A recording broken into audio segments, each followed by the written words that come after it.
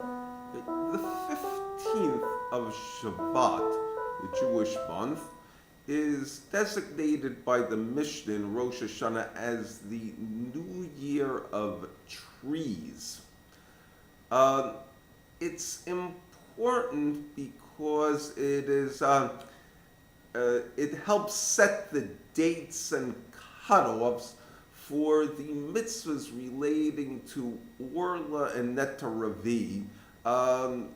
What it is that when a tree is planted, the first 3 years that it bears fruit, it's forbidden to eat that fruit. It's inferior fruit.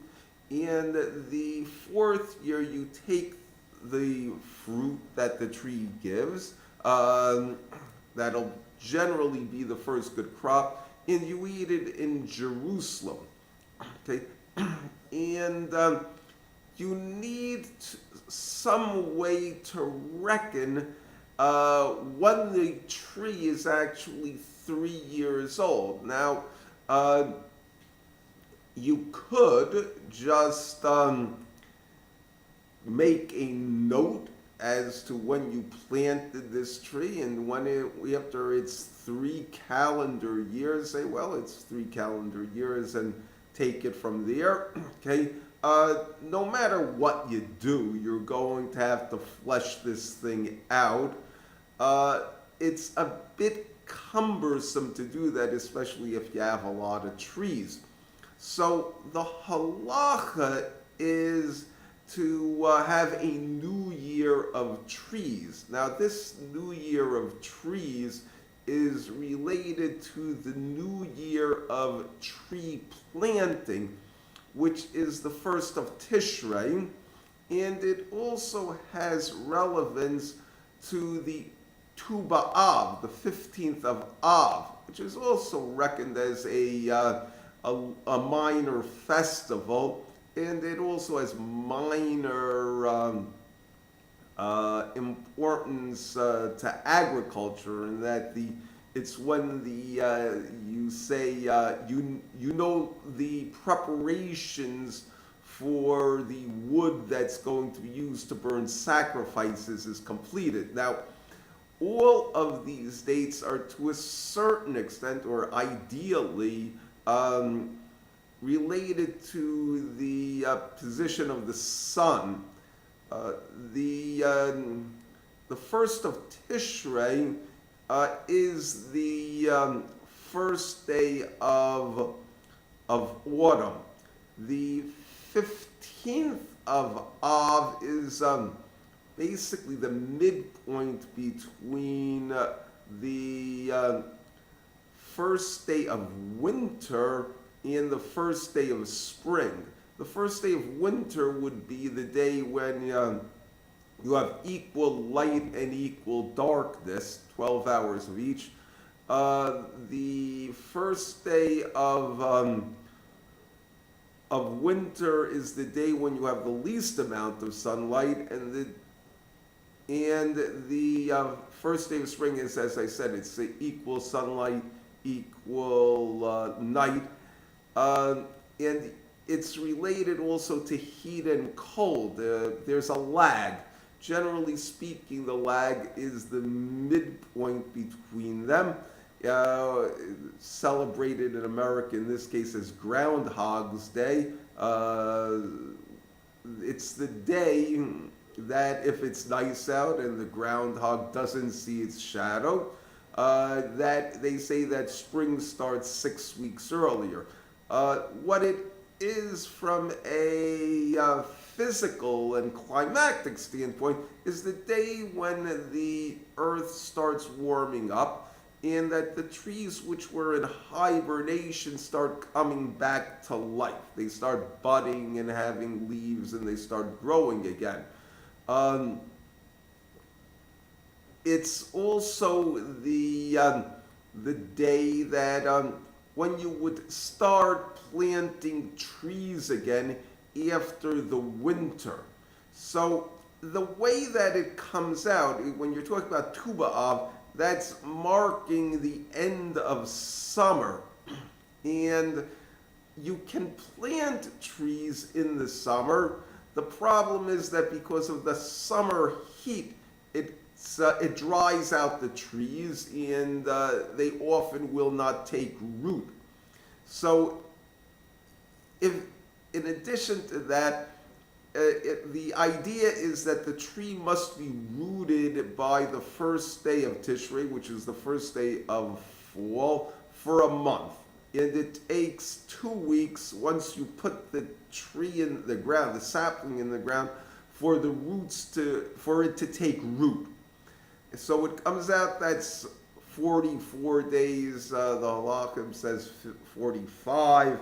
So if you plant it before Tu B'Av, by the time it reaches the first of Tishrei, Rosh Hashanah, then it's counted as 1 year. The idea is it's like a new tree year, like you have the new car year, that if you buy the old year's model, even though you bought it a month before the new ones come out, as soon as the new ones come out, the car is considered 1 year old.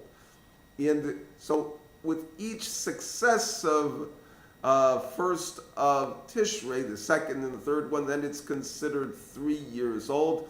The fruit is considered orla until the new year of trees, Tu B'Shavat, and then you can eat whatever fruit comes out. You first take it to Jerusalem in the 4th year, and then you can eat the fruit of the trees as you wish after that.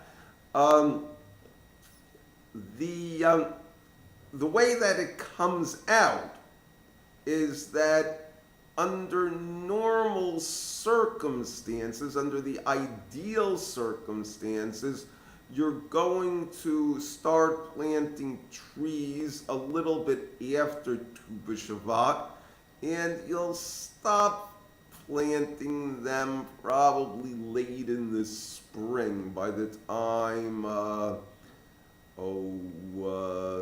BaOmer starts. It starts getting warm then. So when you make an actual calculation, if you plant trees like that, they're a little bit less than 3 years old by the time the Tu B'Shavat that makes the fruits permitted rolls around. Now, there's another agricultural law which revolves around meiser, tithing, and what you have is 7-year meiser cycle, where 4 of the years the meiser that you're taking, this is actually, they call it meiser sheni, you are required to eat those fruits in Jerusalem, so the family takes a vacation, or you have somebody in the family studying Jerusalem and he eats all of those, that produce. You also have 2 years in the 7-year cycle where the meiser goes to the poor, and then you have the 7th year, which is Shemitah, when all of the fruits are considered as ownerless, and you don't take meiser. So you have to have a cutoff date, and the cutoff date for distinguishing 1 year from another is Tu B'Shavat. So it might be this year you're taking meiser for your trip to Jerusalem, but the next year you're taking meiser to give to the poor. Now you can plant trees in the fall. You're talking about places where the climate is sufficiently warm in the winter that the ground doesn't freeze. Okay, if the ground freezes, it's physically impossible to plant a tree. But in Eretz Israel, If you go into the south, you go to places like Beersheba, that is indeed the case. And you could plant things, I believe, like orange trees. Um, in those cases, the tree will actually be as much as 3 years and 6 months before you can eat the fruit when it stops being orla. So you do have a machmir situation in the situations where you're planting trees at less than the ideal time. However, the lenient situations, the makel situations, are going to outnumber the machmir situations. So it comes out that use of Tu B'Shavat comes out to make the law a little bit more lenient.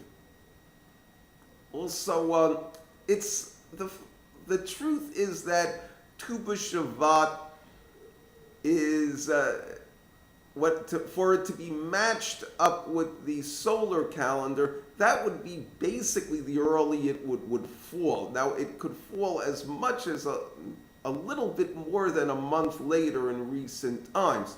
The reason for that is because the Jewish calendar is a lunar calendar with a solar correction. Now, a lunar calendar is easier to calculate than a solar calendar. You only have to count 29 or 30 days as opposed to 365 days and a fraction.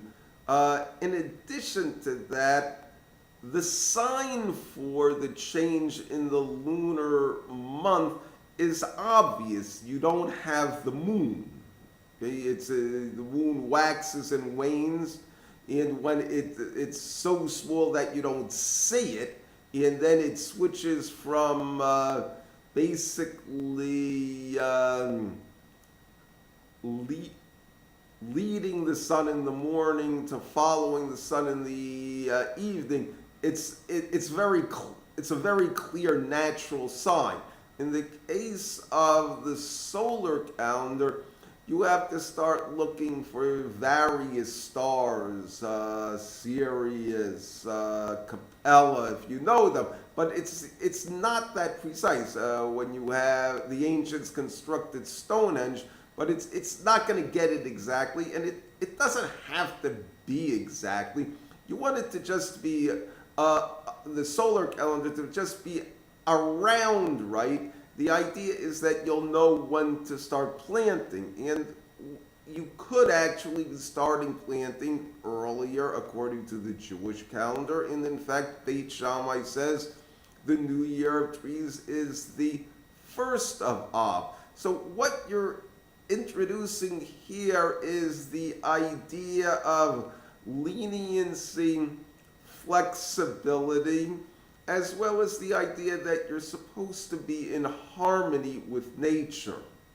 In order to use all of these rules and to get it right, a person has to use their brain a bit. They have to think, they have to do some calculations, they have to use some charts and reading.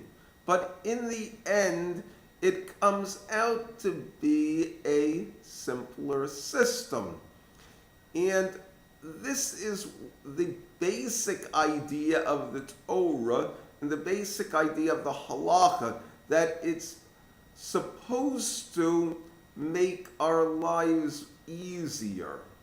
And it's also supposed to make our lives be in harmony with nature. And it's even supposed to be a little bit lenient.